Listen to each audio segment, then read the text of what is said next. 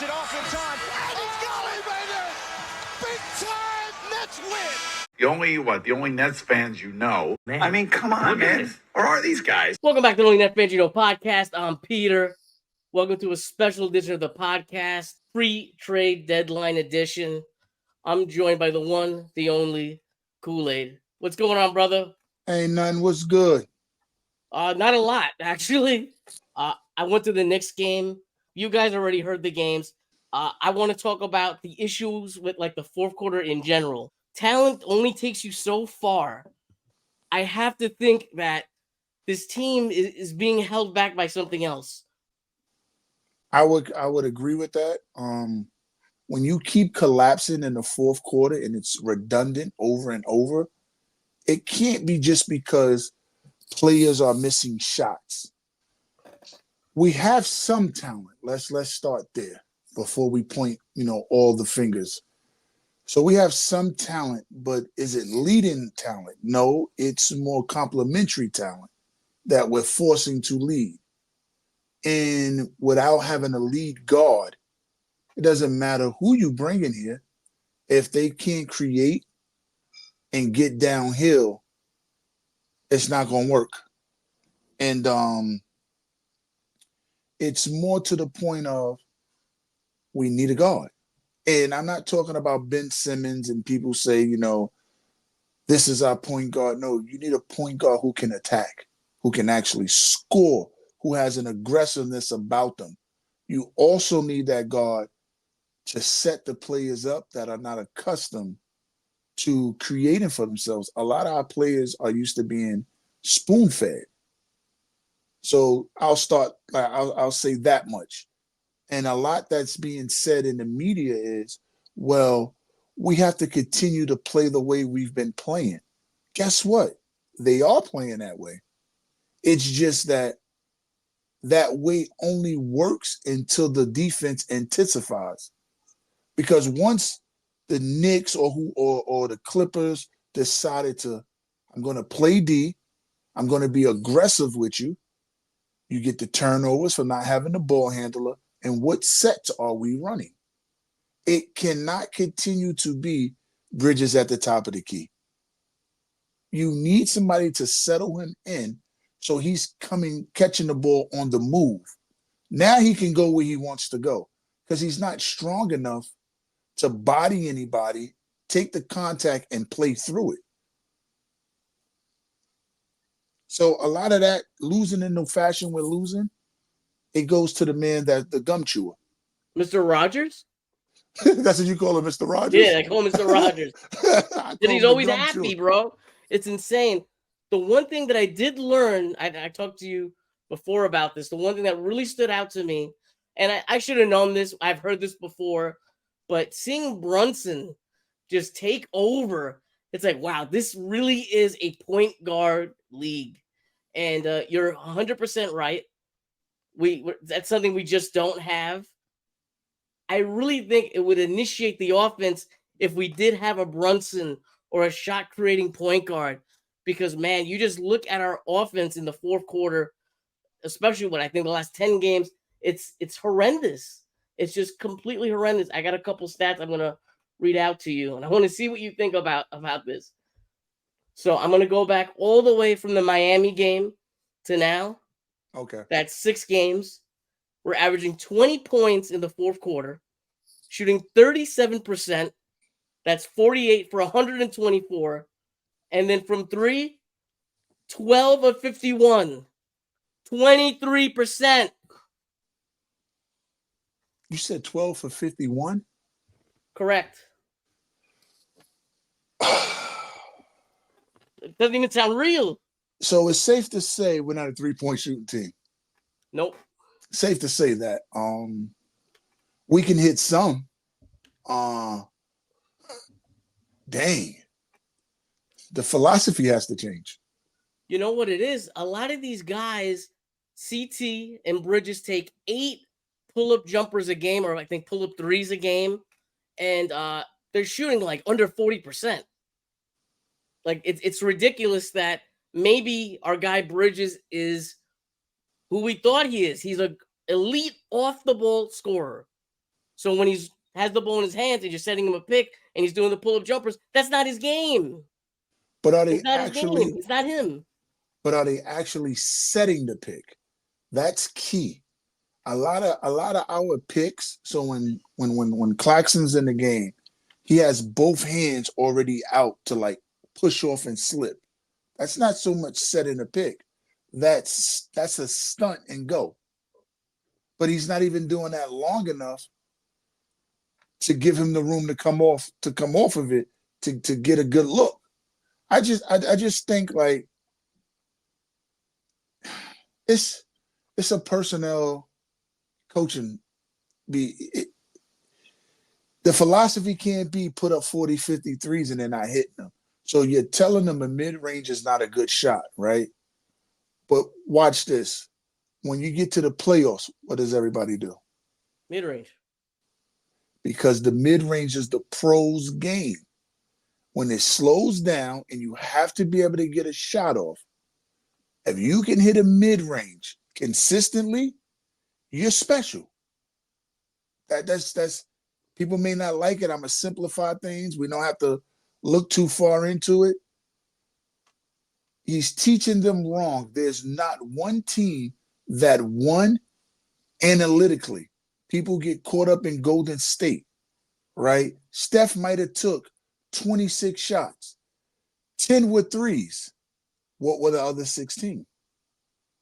Middies and layups. Like the threat of his three opens up his midi and layup package. Now, if you leave him open, he's going to hit the shot. But that's the misconception of the other team that I could think of. Look at that Houston Rocket team that lost to Golden State.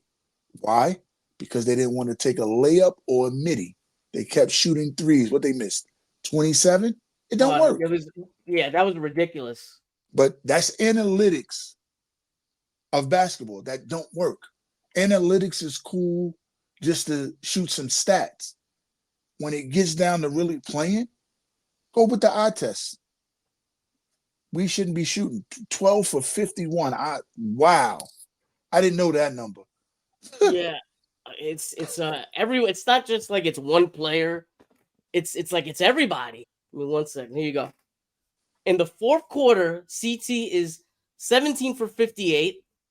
With less than 3 minutes in the game, he's 4 for 22, 18% from three. That's wild.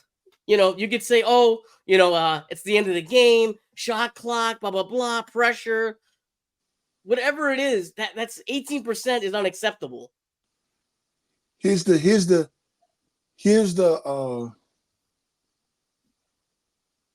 bell I'm gonna set for him. Go ahead. He's 22 years old. Facts. He should be your number one option, right? And this is his first year of meaningful minutes. And right now, you don't play him consistently enough or give him enough confidence. Not that he needs confidence, but more so the leeway to mess up. And when he gets off the ball, you ever notice they throw it right back to him? Yep.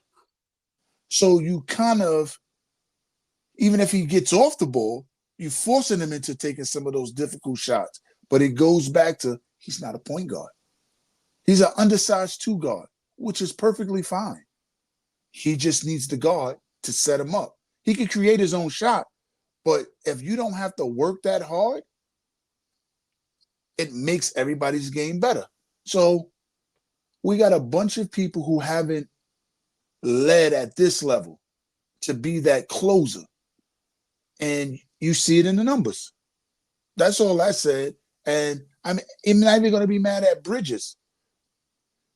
You asking a dude who went from 12 points to 20-something in a year. It's a big jump. He's going to take some time, but I think those numbers go up with a point guard. I think it settles people in, and people automatically go back to what they're comfortable. Remember, he's played with CP3. He's used to being, here you go, fed, just like a baby. Easy buckets. Oh, yeah. What is it? I So think he's over 50, maybe over 50% from the right corner. I think it is right corner catch and three. shoots. Yeah, like he's elite off the ball. This guy is elite. A point guard, man, is like that key, and it would really just unlock everything with this team because now you have Bridges unlocked. Then maybe CJ will have a little more room in the other corner. Maybe you have I don't know, CT a little more room.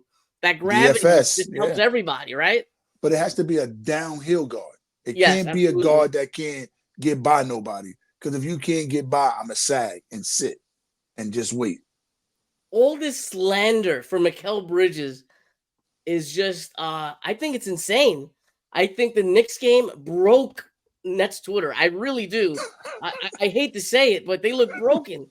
You have Bridges going to a game, was it a St. John's Villanova game with Brunson, and people are saying that he can't do it. They say, "Oh man, if that was me, like blah blah blah," I would comment people like, "So really, if you had like a best friend, y'all played ball, rivalry game, whatever, you're not gonna hang out with your friend?" I had someone tell me that they could go to the game together, but not sit together. They lying. You're a former player. Well, what do you think about that?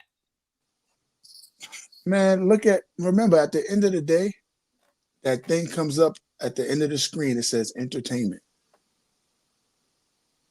So basketball is their job. That's the one part that fans don't get. They really don't get that. People go to happy hour with their coworkers. So believe it or not, even though they're all on different teams, they're all in the same union. Basketball players in the NBA are small entities that are always tied to each other. That is why you don't see players say anything bad about another player, because you jeopardize them missing their money, then it comes back to you. So this is somebody who he grew with, who spent 4 years in college with. That's his best friend. They're going to go to weddings together. So the fans that's saying that, you're idiots. Like, get a life. This can't be your whole life. Like, I understand you want to be a fan. Go outside, go clap something, and call it a day, or get clapped and call it a day. Have a drink. Trust me. Relax. Let these people live their life. We all get upset about one thing or another. That's fine. But to get upset about somebody hanging out with his boy before they made it to the league, before either one of them was in the limelight, man, get out of here. These people, if that was you, you'd be right there talking about take the selfie. Man, get out of here. You know what they said? They said, man, how would you feel if KD and Giannis after game 7 would be partying? I'm like, they were not friends. They were not friends. Changing the narrative. There we go. It's a 7-game playoff series that was hard fought is different than one regular season game against your best friend. His whole championship teams is on the other side. He won twice with them. You really think he's not going to speak to them? Come on, man. That's like so ridiculous, man. That's like saying Steph Curry and Damon Lee can't hang out and their brother-in-laws. Well, what game was it? Oh, against the Clippers, okay? We blew that whole lead, whatever. And you had JV like laughing. I know he wasn't laughing the whole interview, but that was just such a bad look. That works my blood pressure. Every game, that's what I look for. I don't even watch the games fully no more because I know how they're going to end, and I don't feel like it's worth me watching.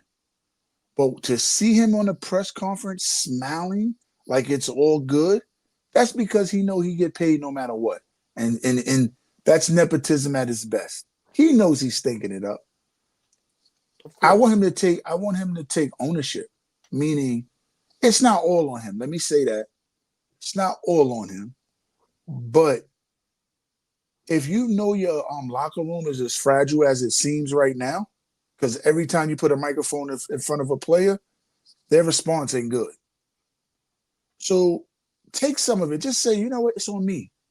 I didn't put them in position to win tonight. That goes a long way with players.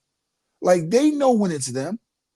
Like, Cam Johnson, he's struggling to hit shots, right? Take the hit. What's the difference if you say it's on me? You know what? You might get some good grace in the locker room. The media might look at you a little bit different, but every night he takes a subliminal jab at his players. That doesn't sit well in the locker room. That's that. I'm not gonna go too much more on him, but that's it. I got one last thing with him. He reminds me of a man that knows he's not gonna get fired. Feels very comfortable. Would you agree? Not that he can't get fired or whatever, but like he's acting like that. No. I get that. So for me, I would agree with that up until like the last 5 games. Mm. And the reason why I say that is he stopped smiling. He used to smile the whole press conference. The Clippers game was 4 games ago. Since the Clippers game, you'd say? Yeah, I'll say Okay. as the losses start piling up, he hasn't been really smiling. Because even though he has that arrogance, the confidence of, I know I'm not going anywhere, and maybe that's because he knows he's attached to the GM, the more you start losing and you're watching head coaches get kicked out, fired, like especially this week, you have to now have some consciousness of, yo, this ain't working here.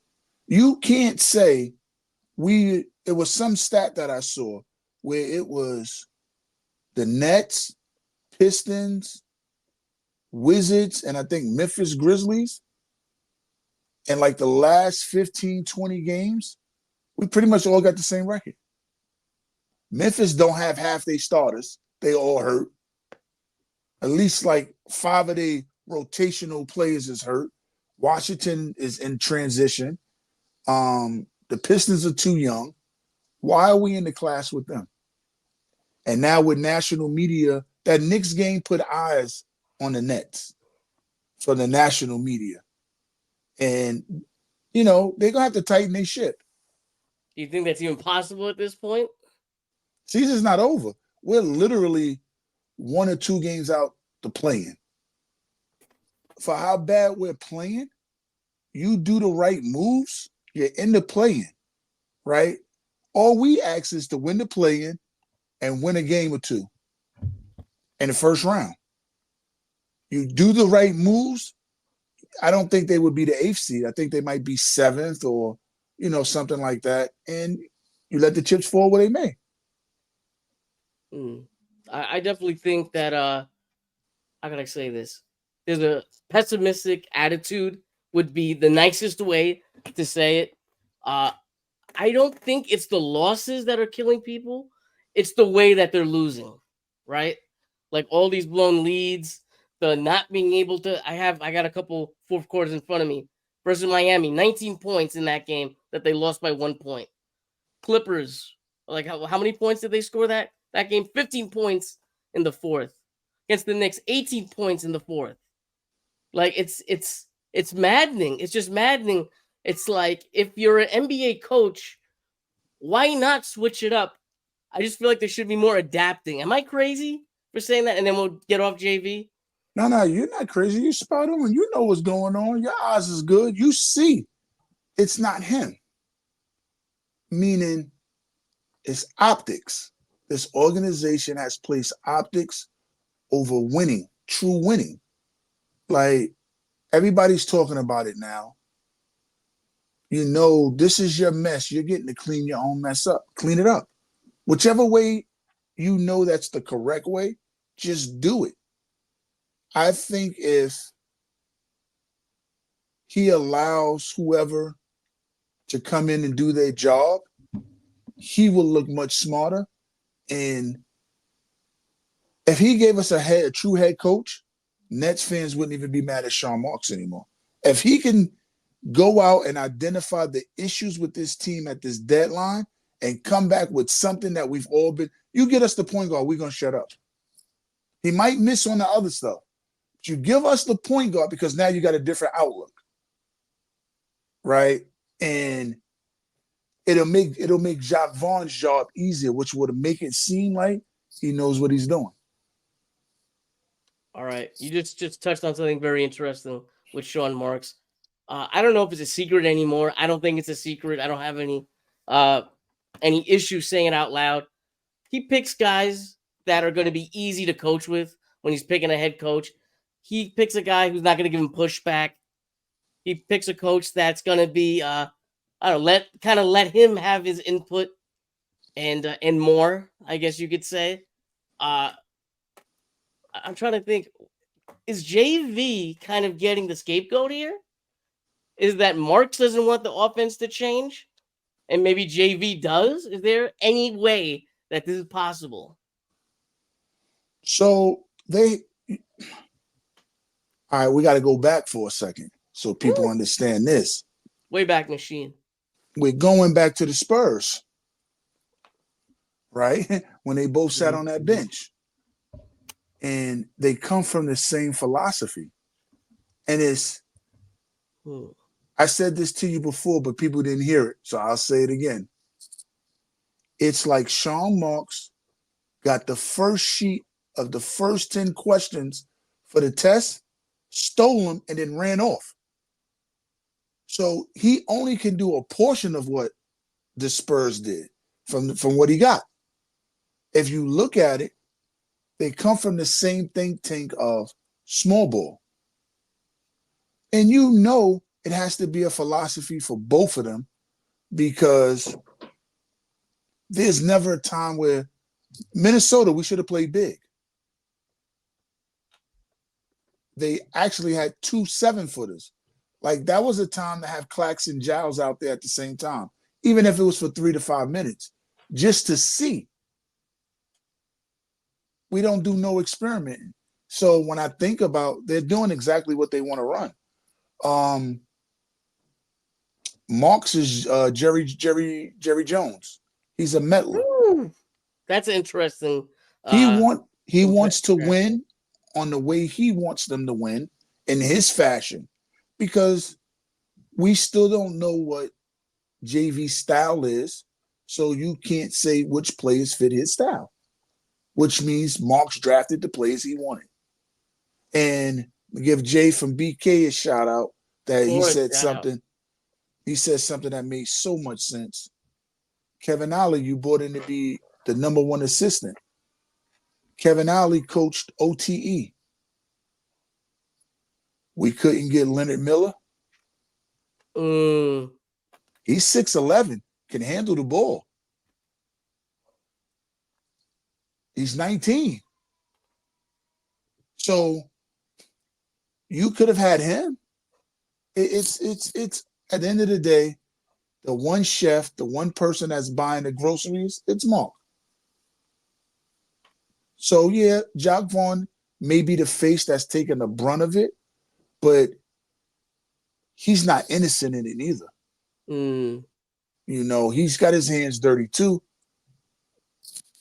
So, you know, we're gonna figure this out before this year be the year of figuring things out. Man, you just preached what I've been saying since preseason, that the fork in the road will come at the trade deadline, or, you know, whatever time around that, quote unquote. And we're here. We're going to find out where the franchise is going. We're going to figure out what their plan is after months of pretty much no clarity at all.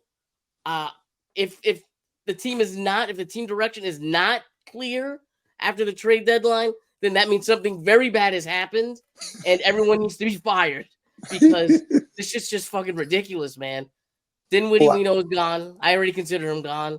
He's my favorite player. I'm sad about it, but shit happens. Dodo, I consider him gone.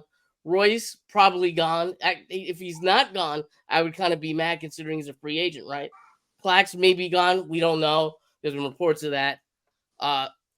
What do you think about those guys? Are we going to get a Murray deal? The more and more I hear, I feel like Murray's not coming to Brooklyn and he's going to LA. I tweeted that before. Whenever you start hearing about the deal, chances are it's not happening. By the way, I thought it was very funny how Ben Simmons is coming back a week before the trade deadline. So it's like almost you could do like a press conference and say, you know what our trade deadline edition was? Getting back Ben if Simmons. they hit you with that again, Bro, I'm going to jump out the window. so I'm done after if that happens, I'm not watching any more games. It don't make no sense. He has to be a sunken cost. Absolutely. Like, but I also believe this. I don't believe he plays Monday. And the reason why, here's the conspiracy, but this is real business of basketball.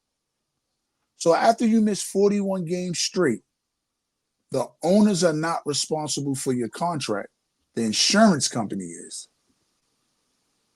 So if he misses 41 games, which I think is about 3 more games for him, because he only played, 6 this year?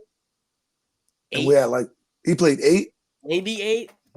Go ahead, keep on talking. I'll look it up. So, but somewhere around there, it's either going to be 3 or 5, somewhere like that. Then Sy doesn't have to pay the money for Ben Simmons' contract.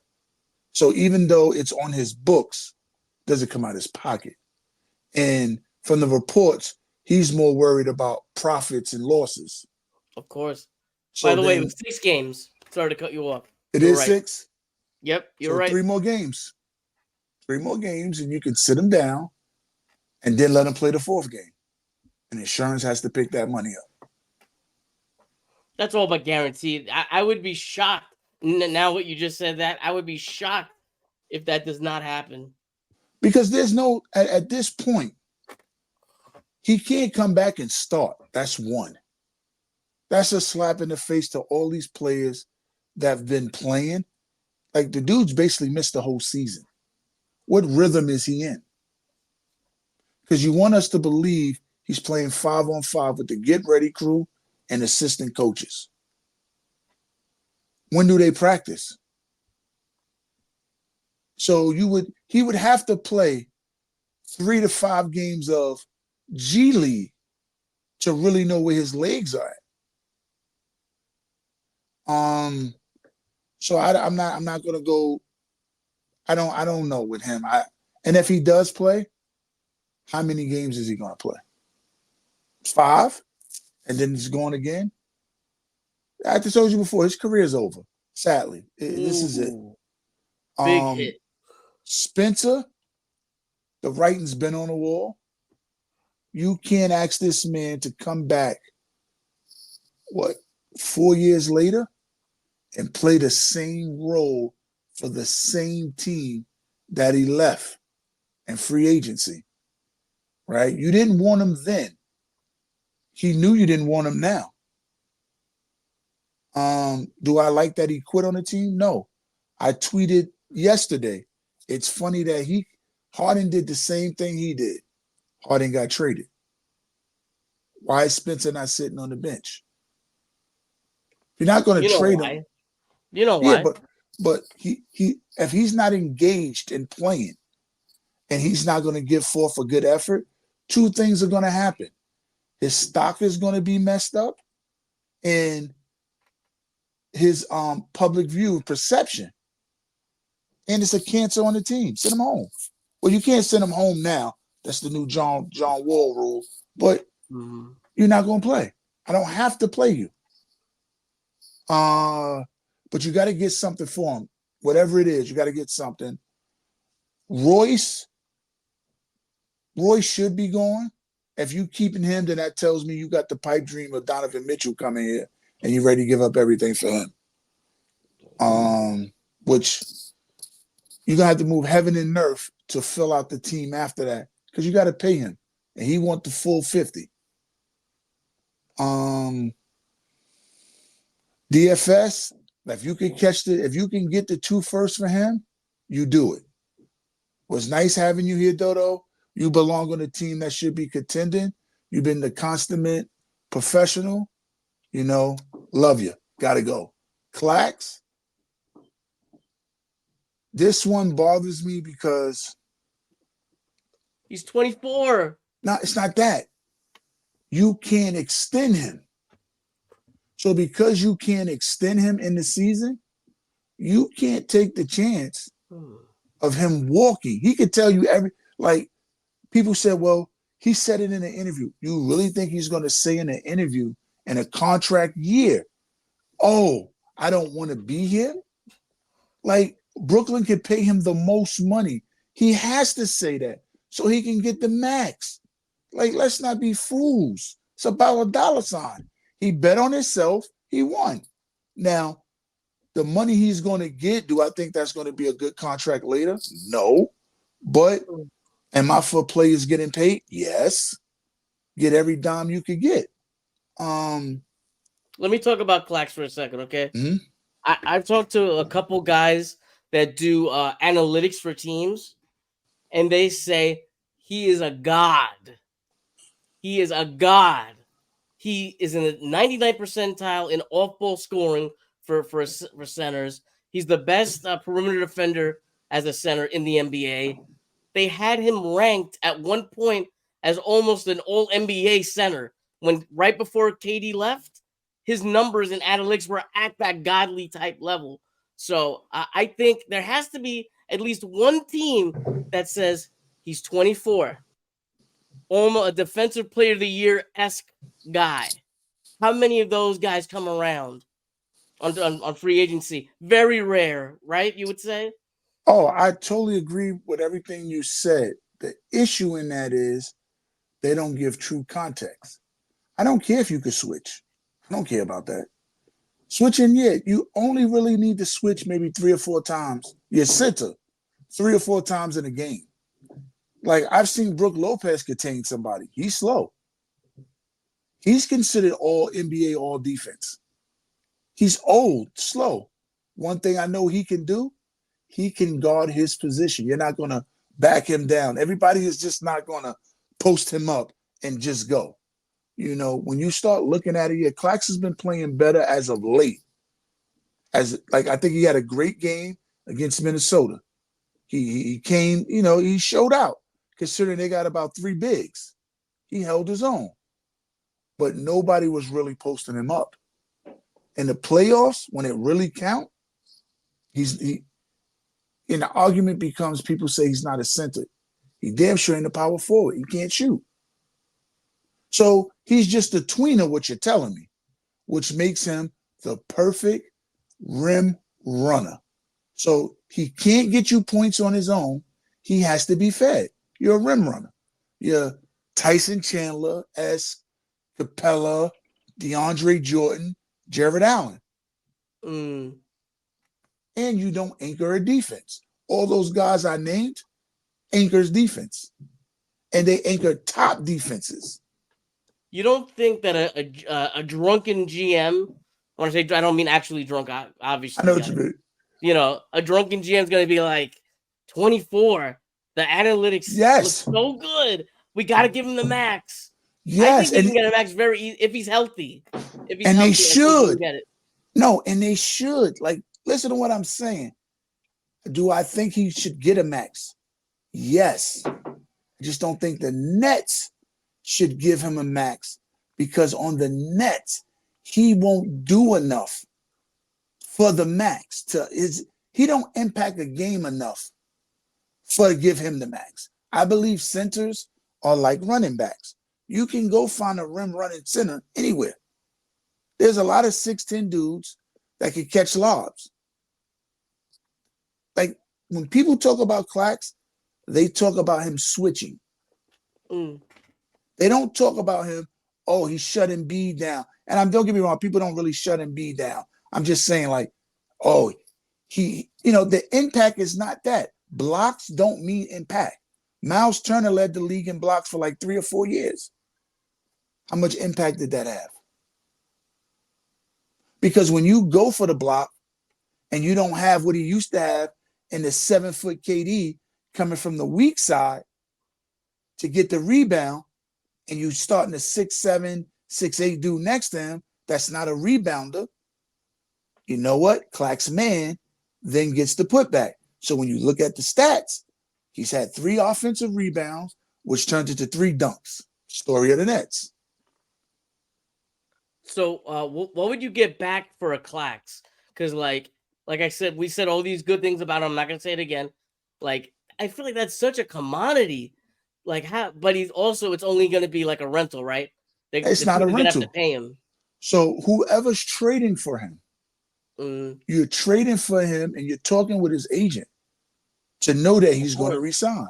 Well, you don't make the deal unless you know he's interested in resigning. That's it. You never know how it's going to play out. You can't tell him, "Hey, I'm gonna give you the max."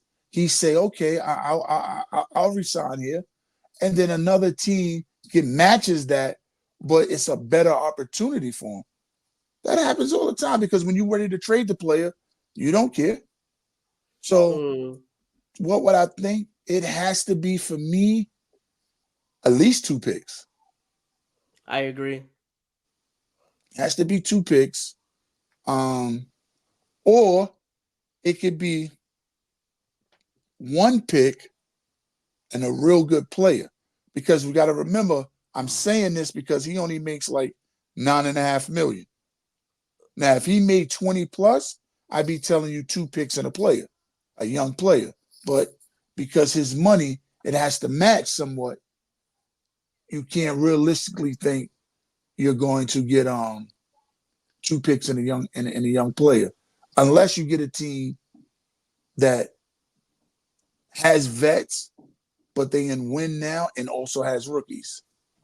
Or what if you do something like this? I've been playing with like OKC and whatnot. What if they put Royce with Clax, and you get back a Bertans and picks? Bertans is making $17 million this year, but next year his deal is unguaranteed except for $5 million. You could also do something like that, right? Okay, what I'll say to that is this: Clax by itself gets you 2 picks by itself. So if I'm taking money back because they botched the 3 superstar trades and didn't come back with young talent, they can't no longer do a trade and bring back 20 some, almost 30-year-old player, and you sending out a 24-year-old. You need to get it. I would just say that just to match the contract, I would say. Yeah, but I get that part. But the issue becomes, where's the young player? They have to capitalize on that part. Just getting a draft pick doesn't matter. You still want Bertans is not an asset too much after this year. You're going to waive him. So the 17 million, okay, you got rid of 2 players, got 2 picks. You get rid of want more for Royce, obviously. I want something more, but yeah. You gotta get back young talent, because if you're trying to build around Bridges in them, Bertans don't move the needle. He don't move the needle. No. He doesn't move the needle on OKC. But you go get me Dort makes too much. Isaiah Joe, a Wallace. I really would want Wallace. It's your young point guard. Yeah. On the first year rookie deal. Controllable asset. Give him the keys. See, that becomes the issue too. When you do these trades and you get the point guard, you have to give him the keys, regardless if it's a vet or a young guy. No more, Cam, I need you to play the 1, this person, Dennis Smith Jr. No. Here's the keys. Make it go. Man, I keep on going back to OKC because of all those picks. But we saw the Lakers in the reports with the Murray deal. Maybe we get back a D'Lo. I have a feeling you would be you'd be heated to have to get back that contract, and I feel exactly the same way. It's nice to talk about D'Lo and a little nostalgia here and there, but Jesus Christ. You made me put my hoodie on. I'm about to go get the Black Forces next. D'Lo? Let's stop bringing this 2018-19 team back. He left out of here nasty. He complained, talked bad about the organization. And in all actuality, they helped him. They didn't have to do a sign and trade for Kevin Durant. So, in fact, they got D'Lo a max. Right? Got him a 5-year max on top of that. They could have just signed KD outright. Mhm. Did you a favor. You still flipped out. And Kenny wasn't wrong. Last time I checked, when he went to Minnesota, the coaches were sitting him out the fourth quarter too. Our G Leaguer, Jordan something, I forgot his name. He was starting in the fourth quarter closing games while D'Lo was on the bench. Yeah, he has a resurgence on the Lakers, but he's like the fourth option. It's no pressure. Yeah. You playing with AD and LeBron. How many easy looks you getting? D'Lo's good, but to take on $18 million, what the Lakers gonna give us? They only got one pick, and they would have to give it to Atlanta. So that's the issue with that. I tell you everything you needed to know about this organization. Trying to think of anything else that we could talk about anything trade deadline-esque. I guess you could put your GM hat on. Well, what would you do going into the trade deadline? Oh, I got this one. Go ahead. Some people may like it, some people may not. But don't look at anybody's personal issues outside of basketball.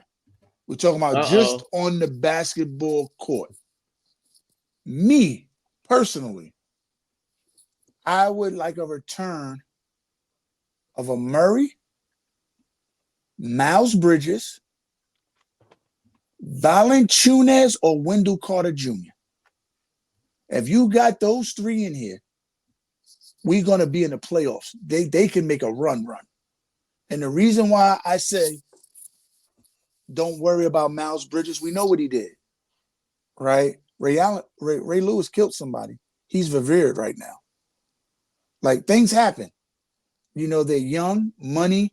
To me, and I say this in chats, I'm going to say it here because I'm so transparent. That incident, knowing that he was about to get a 5-year max deal, she was supposed to hold that over his head to really get the bag, to really get the money, right?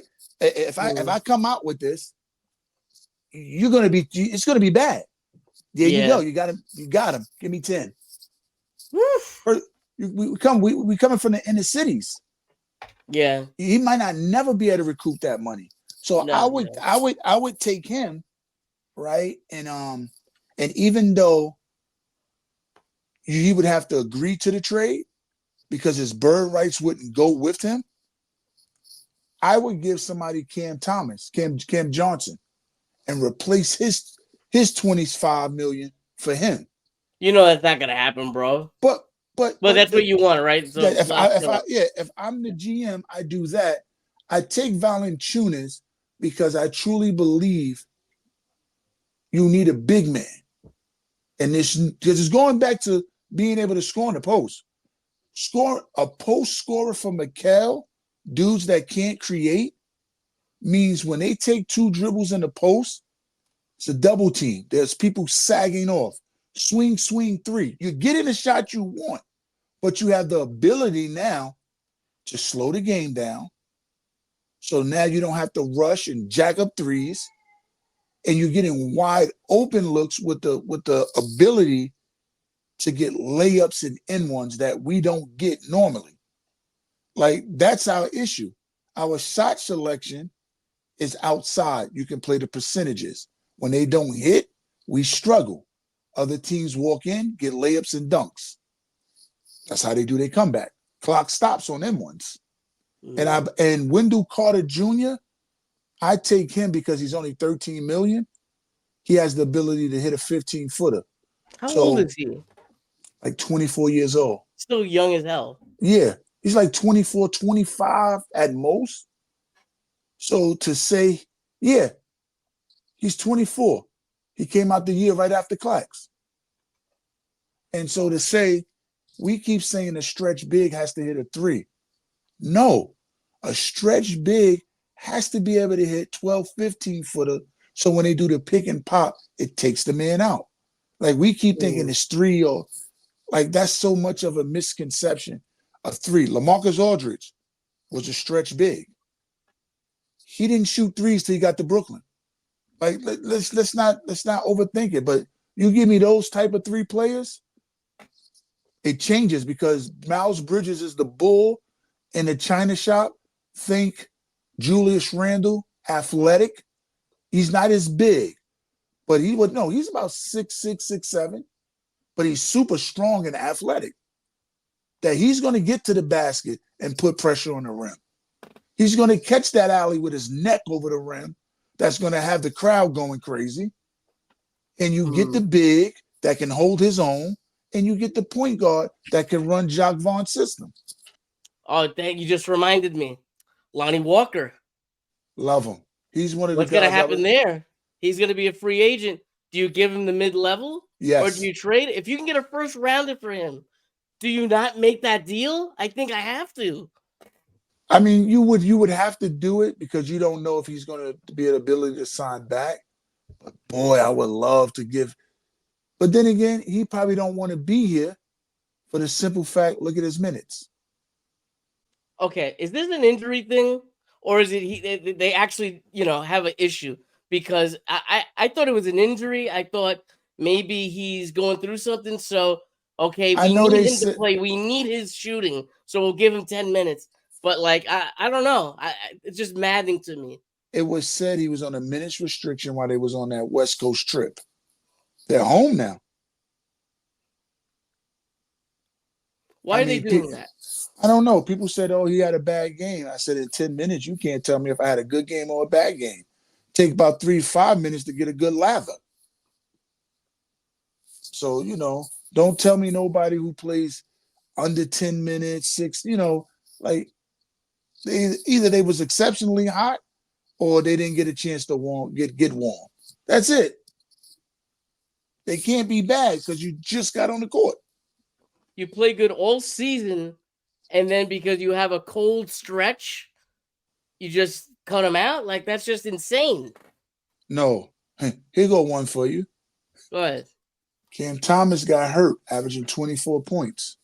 It's an ankle injury. It was an ankle injury. That means they don't practice. So for him to get his rhythm, probably was going to take 10 games. He wasn't granted that privilege of being a starter and finding his rhythm. He's coming off the bench and don't even know when he's coming off the bench. He's not even the sixth man. You go from starting, leading the team in scoring, to not even the sixth man. That's bad.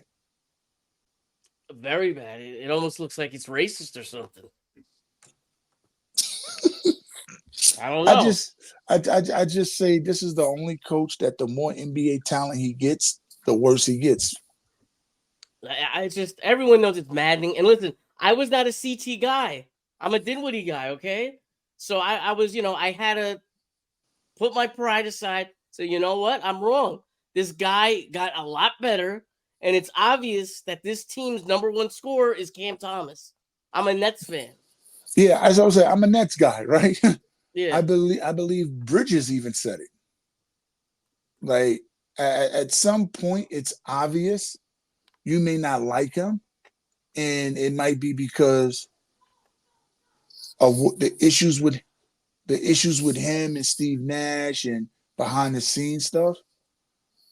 But I was always told coaches play their money makers. I don't gotta like you. I played for a lot of coaches that probably didn't like me because I spoke my mind. Guess what? You putting up 20 plus, you on that court. I'm trying to win. And right now, for a dude who's probably in his 8th year coaching, you just got to 100 wins last year on KD and Kyrie's back. So you don't have that many wins to justify the stuff he's doing. But, that's my take on it. I gotcha. All right, we're going to start wrapping it up. Any plugs you want to throw out? You're going to be back maybe next week, maybe a couple weeks, but I think you're going to be a solid addition to the show. Thank you, brother. Thank you. Yeah, they know I'm going to be back. Y'all can catch me on Twitter at BKNetsForever or Kool-Aid's Corner. You can catch me on YouTube, Kool-Aid's Corner. Yeah, Speed, I'm going to start dropping more content. Good. You better. I'm going to press you if you don't. He's got some amazing stories that we've talked about off the record. Man, I don't know what you're doing. You're fucking up. You're fucking up by not throwing these out. Nah, I'm. You know what it is? Sometimes some of the stories is so personal. Okay, You know, I gotcha. that I'll share them, like, if we're talking off camera and stuff like that. But I've been privileged to be around people in rooms where those conversations, I don't think, supposed to truly leave the room. Okay, that's different. Yeah. Because if I told all that stuff, man, these people probably be knocking on my dad's door like, yo, what's going on with Cool, man? My DMs would be like, bro, come on. For real. I mean, but I have a lot that I can share. But, like I said, in due time, I have content that I need to release, and some that when they get old, I just delete it. Like, I missed the date on that one. I feel you. I do the same thing. All right, guys, you can follow me at NetFansYouKnow on Twitter, on YouTube. You can catch Fireside Nets live stream podcast I do with Spen Harris every Monday. Check out at Fireside Nets on Twitter and YouTube. Have a great day. Have a great night. This was a great episode. I hope you guys enjoyed it. And we'll see you next time. Let's go Nets. We're out.